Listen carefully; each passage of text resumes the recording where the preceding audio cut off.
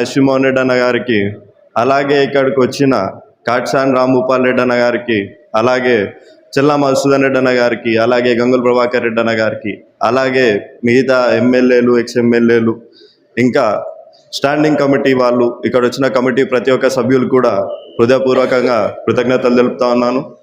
అలాగే ఇప్పుడు కమిటీ విషయానికి వచ్చేసరికి ప్రతి ఒక్కరు కూడా ఇప్పుడు జరుగుతున్న రాజకీయ పరిణామాలు చూస్తే, ఎలక్షన్ జరిగిందా, ఎలక్షన్లో మనము జనాలతో ఓట్లు వేయించుకున్నామా మాయమాటలు చెప్పి, దాని తర్వాత మన పని ఏదో మనం చూసుకున్నామా, ఎంత కమిషన్లు చేసుకుంటామా అనుకున్న ఈ రోజుల్లో జగన్మోహన్ రెడ్డి గారు మాత్రం ఖచ్చితంగా మన పార్టీ ప్రతి ఒక్కరిది, కింద స్థాయిలో ఉన్న కార్యకర్తల నుంచి పెద్ద స్థాయిలో ఉన్న నాయకుడు వరకు అందరూ మన పార్టీ వాళ్ళే, వాళ్ళందరికీ కూడా మన పార్టీలో గుర్తింపు ఉండాలని చెప్పి ఆలోచిస్తున్న జగన్మోహన్ రెడ్డి గారు హ్యాండ్స్ ఆఫ్ అండి ఫస్ట్ ఆఫ్ ఆల్. ఎందుకంటే మొత్తం భారతదేశంలోనే ఈ రకంగా ఆలోచిస్తున్న ఏకైక నాయకుడు మన మాజీ ముఖ్యమంత్రి గారు శ్రీ వైఎస్ జగన్మోహన్ రెడ్డి గారు.